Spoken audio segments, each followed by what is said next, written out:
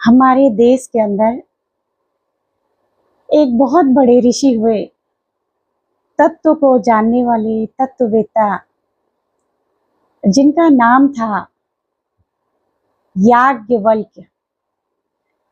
याज्ञवल्क्य ऋषि जो थे, जब उन्हें आत्म तत्व का ज्ञान हुआ, जब उन्होंने अपने अंदर प्रवेश किया, तो उनको इतना आनंद आया और ये नश्वर संसार के सारे दुखों का, सुखों का आभास जब उनको हो गया, तो उन्होंने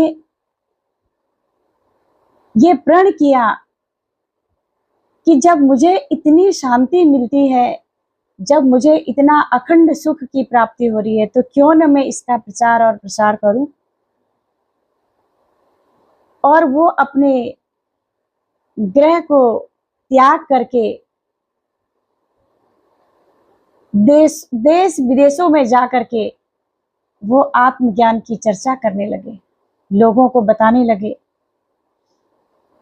उनकी 2 पत्नियां थी, एक का नाम मैत्रेयी और एक का नाम कात्यायनी था।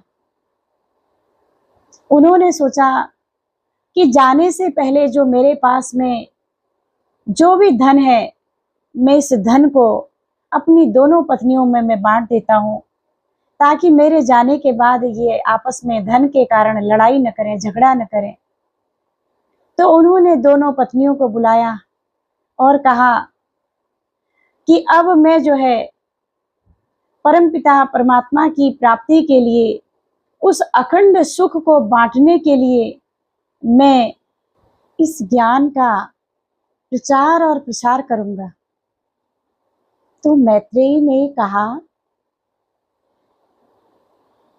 कि हे प्रभु, हे ऋषिवर, आपको ऐसा क्या मिल गया, ऐसा कौन सा धन आपको मिल गया, जिस धन को मिलने के बाद आपको ये संसार का जो धन है, जो सबको प्राणों के समान प्रिय लगता है, इसको छोड़ करके इससे बड़ा सुख और क्या है, ऐसा कौन सा धन आपको मिल गया। तो ऋषि ने कहा कि मैत्रेयी, ये संसार का जितना भी ये धन है, ये संसार का धन संसार के सुखों का उपभोग करने के लिए मिला हुआ है, और इससे आप बहुत सारी चीजों का सुख ले सकते हो, साधनों का सुख ले सकते हो, लेकिन जो अखंड सुख है, जो परमात्मा का पावन नाम रूपी धन है, उस धन की प्राप्ति करने के बाद मुझे ये धन तुच्छ नजर आता है। तो मैत्रेयी समझ गई कि जरूर ऋषि को इससे बड़ा खजाना मिला है, क्योंकि आप लोगों को पता है, जब किसी को छोटी सी चीज से जब कोई बड़ी चीज मिल जाती है, तो वह छोटी चीज का इतना अस्तित्व नहीं रह जाता।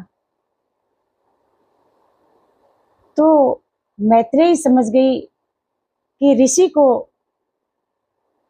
इससे भी बड़ा धन मिला है, इसीलिए ऋषि इस धन का परित्याग कर रहे हैं और वो बांट रहे हैं।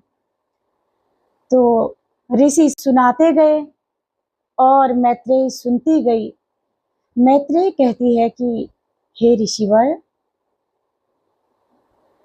अगर संसार के अंदर सुख नहीं है, संसार के अंदर शांति नहीं है, संसार में अगर इस धन से प्रेम नहीं बढ़ता, तो फिर संसार के लोग किससे प्रेम करते हैं। ऋषि कहते हैं मैत्रेयी, संसार में कोई किसी से प्रेम नहीं करता है, सब धन से प्रेम करते हैं, और उस धन से प्रेम करते हैं, और तब तक प्रेम करते हैं जब तक उनका निधन नहीं हो जाता, तब तक वो उस धन को प्राप्त करने के लिए सुबह से शाम तक दौड़ते रहते हैं, दौड़ते रहते हैं, दौड़ते रहते हैं। उन्हें खाने पीने सोने का सारा सब कुछ समाप्त करके वो धन के पीछे ही पड़े रहते हैं, लेकिन अंतिम में उनको कुछ भी प्राप्त नहीं होता है। इसलिए मैत्रेयी, कोई प्रेम किसी से नहीं करता, न पति पत्नी से, न पत्नी पति से, न पिता पुत्र से, न पुत्र पिता से। कोई किसी से प्रेम नहीं करता। अगर प्रेम कोई करता है तो आत्मा से करता है। आत्मा के रहते हुए एक पत्नी अपने पति को प्राणपति कहती है। आत्मा के रहते हुए एक पति अपनी पत्नी को प्राण प्रिया कहता है। लेकिन जैसे ही प्राण निकल जाते हैं तो कुछ भी नहीं बचता, सब कुछ समाप्त हो जाता है। प्रेम करने वाली चीज आत्मा है, और आत्मा को जो जान लेता है, आत्मा का जो साक्षात्कार कर लेता है, उसको मोक्ष की प्राप्ति हो जाती है। मैत्रेयी ने कहा कि हे ऋषि, अगर आप मुझे देना ही चाहते हैं तो आप मुझे परमपिता परमात्मा के नाम रूपी धन को दीजिए। जिस धन को पाने के बाद आपने इस धन को ठुकरा दिया है, मुझे आप उस धन को आप मुझे दे दीजिए, क्योंकि मैं आपकी अर्धांगिनी हूं। तो ऋषि ने मैत्रेयी को उस ध्यान का बोध कराया, उसको ध्यान करने की विधि बताई, जिससे मैत्रेयी ने भी ऋषि के साथ अपने जीवन का कल्याण किया। आत्मा ही प्रेम, आत्मा ही सुख शांति और आनंद का दाता है। आत्मज्ञान से ही मोक्ष पद की प्राप्ति होती है। और मैत्रेयी, यही ज्ञान जो है ऋषियों ने अनादिकाल से, ऋषियों ने इस ध्यान की साधना की, उस सत्य की खोज में अपने जीवन को लगाया। तो मैत्रेयी, ये जो आत्मज्ञान है ये सर्वोपरि है।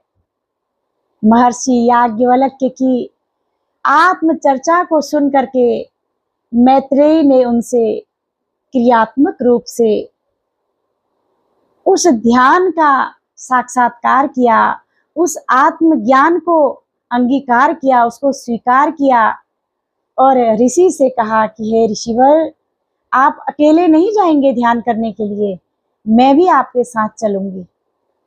तो कहने का तात्पर्य कि संसार के अंदर आत्मा सर्वश्रेष्ठ है। इस आत्मा के ज्ञान को जान करके, नित्य प्रति साधना करके भक्त को अपने जीवन का कल्याण करना चाहिए। यही हमारे जीवन का उद्देश्य है। प्रणाम।